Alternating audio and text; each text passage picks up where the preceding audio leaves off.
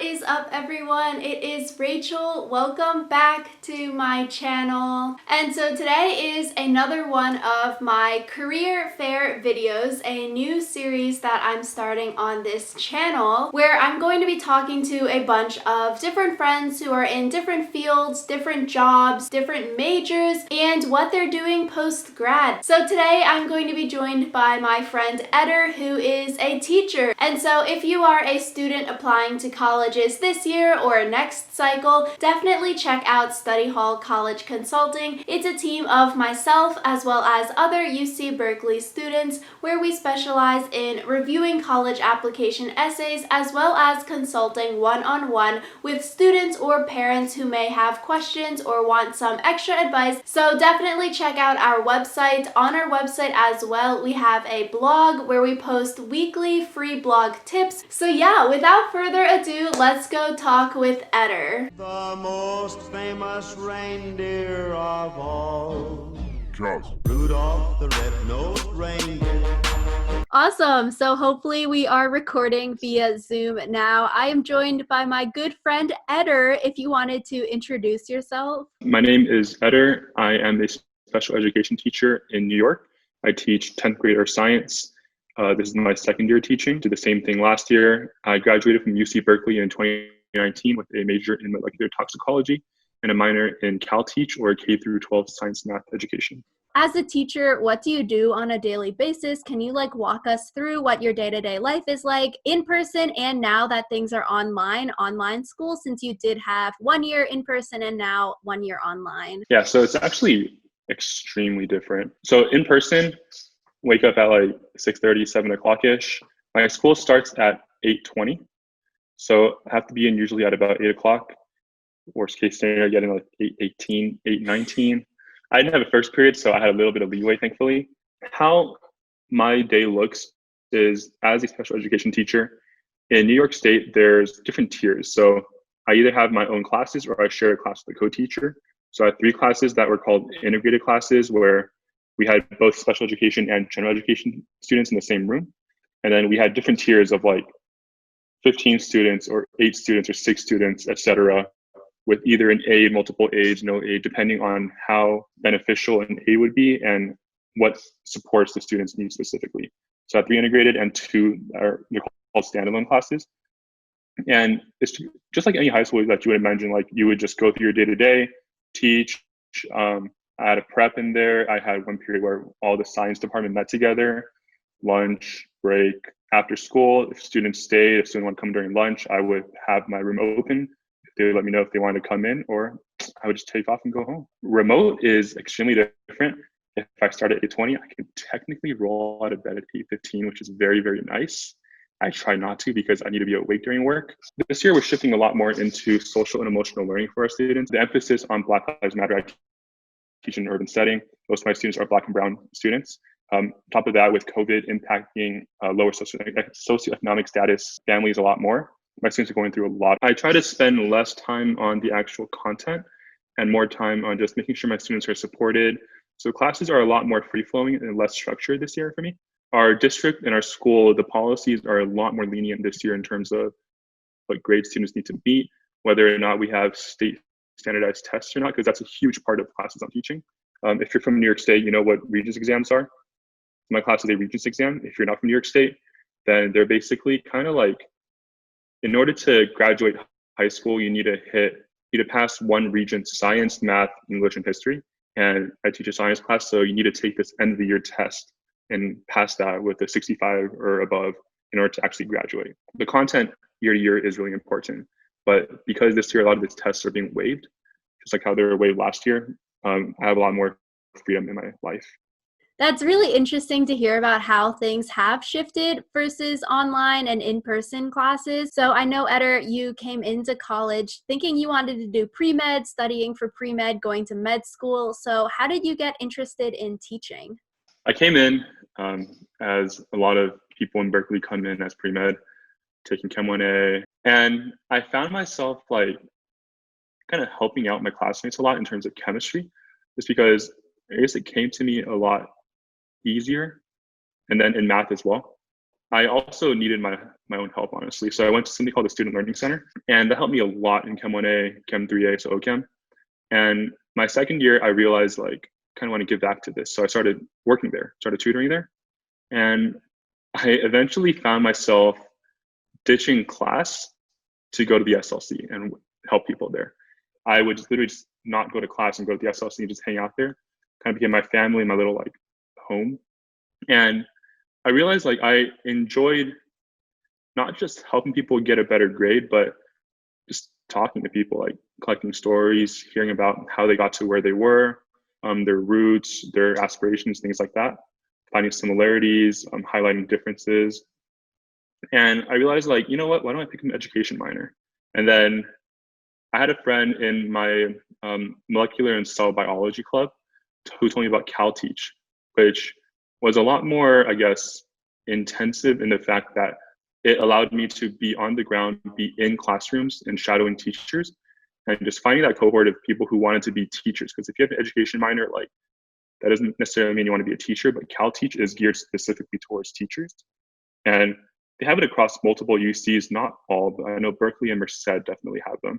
I just enjoyed doing the work for that a lot more than I did for the bio stuff. Honestly, not even a lot more. I hated the bio stuff, honestly. Like I hated the medicine. I hated memorizing a bunch of useless information that was going to take me nowhere. I shadowed at a hospital for a bit, hated that, hating waking up at 5 a.m. in the morning to come in for a 7-hour surgery and stand there and do nothing. Obviously, if you're a doctor, you won't stand there and do nothing, but in my point of life at that time, it was horrible. And I just gradually shifted more and more towards education. Wow, yeah, it does seem like you enjoy giving back and helping other people with like hanging out at the SLC and like tutoring students and becoming a resident assistant and helping students there. But you mentioned a little bit about CalTeach and the Teach for America program that you did at Berkeley. Can you explain what that is? Yeah, so CalTeach and Teach for America, I'm going to call it TFA. They're two separate entities, and honestly, they kind of butt heads a little bit in that you don't really do both of them together. CalTeach is a program that gets you your teaching credential as an undergrad. So all my friends who completed with CalTeach, they're currently teaching in schools in California. They're fully certified. They pass their EdTPA, which is basically the national teaching test you need to do to be certified. Granted, you need to teach for a few more years until you're like a full professional teacher, but it doesn't dock your pay. You don't really lose anything if you're still what's called a temporary or preliminary teacher, depending on what state you're in. And Teach for America, what they do is they're all around the nation, and they kind of take recent undergrads, or honestly anybody. We have someone in our core who's like 50 something years old. So anybody who wants to go into teaching who doesn't have a teacher credential, and their promise is basically if you are educated, so you have your 4-year degree and you're capable based off the interview and your transcript, then you should be able to function highly as a teacher in the classroom. So we have something called transitional certifications, which is basically you're teaching while getting your degree. So currently in New York State, I'm teaching while getting my master's in both adolescent, so 7 through 12 education, science education, and my special education teaching certificate as well. So when I finish this year, I'll be credentialed in both of those fields. Oh, wow. So you got that master's degree on the way. Look at you go. So a fun question. What's your favorite thing about teaching? It sounds really cliche, but just the connections you build with students. So specifically at my school, we are a low-income school or a Title I school. Most of our families are on free reduced lunch. I think we're like 98%, which is a pretty high number. And in America, a lot of urban schools, like policies geared towards helping urban schools, are geared towards Black and brown students. My school is actually 10 to 15% Asian because we have a lot of refugees from Pakistan, Bangladesh, Nepal, just more South and Southwest Asia. And so my dad was born in Burma. I've been to Burma more times than I've been to China. I resonate a lot with like his side of the family. So it's pretty cool seeing a lot of Burmese students who look a little bit more like me, just being in school and kind of walking up to me and they're like, "Hey, mister," and I have no clue who they are, but they somehow know me. And they'll come up and talk to me in the halls. They'll like reach out to me if they have any issues in the school and stuff. And I'm like, I have no clue who this kid is. But the fact that they can reach out to someone who looks like them, because there's only 2 Asian teachers in our school, and we're both new teachers, both through Teacher America. Just being able to be that support for them. Like, we also started this little chess club for them. Most of the kids in there are Asian as well. Just having that, like, I guess, bond, just literally due to what we look like, and being able to be that, like, support figure for them is just really cool.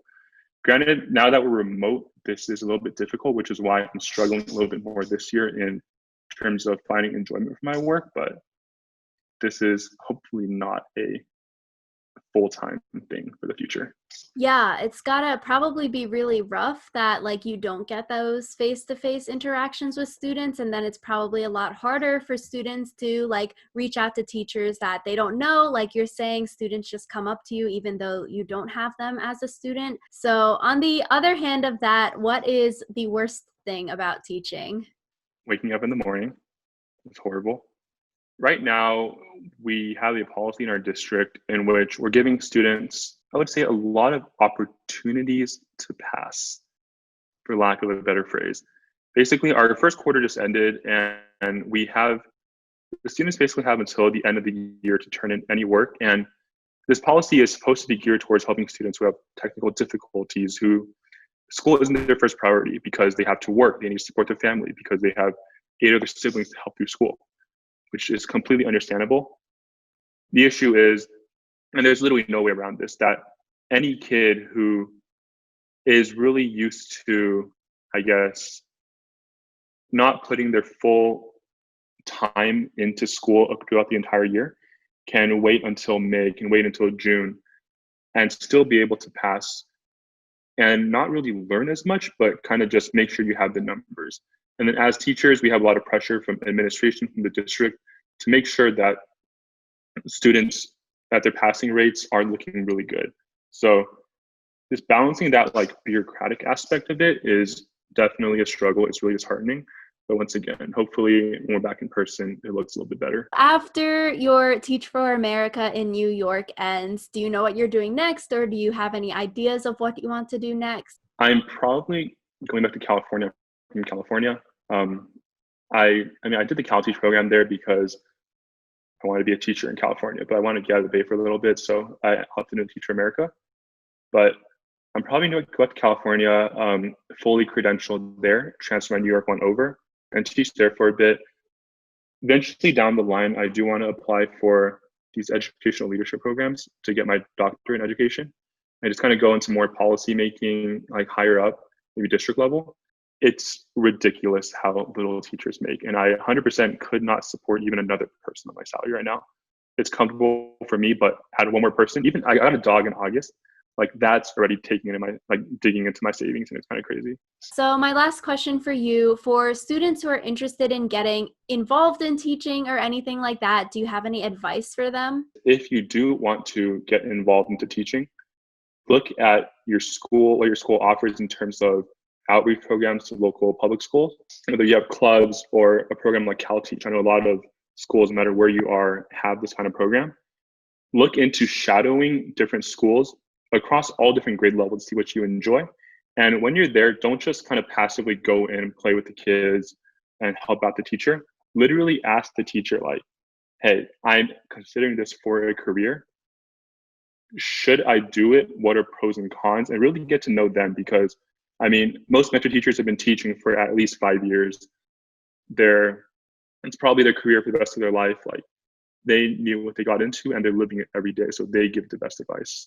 Yeah, thank you so much, Edar. All of your advice is super helpful, and I definitely learned a lot through speaking with you today, and it's always fun to catch up and hear how you're doing. Thank you all for watching this video. Hopefully you found it helpful. Make sure you give this video a big thumbs up, and make sure you subscribe to my channel if you do want to see more content. Edar is laughing at me right now. But yeah, in December for Vlogmas, I am posting every Sunday, Wednesday, and Friday, so definitely check back on my channel then to see more videos.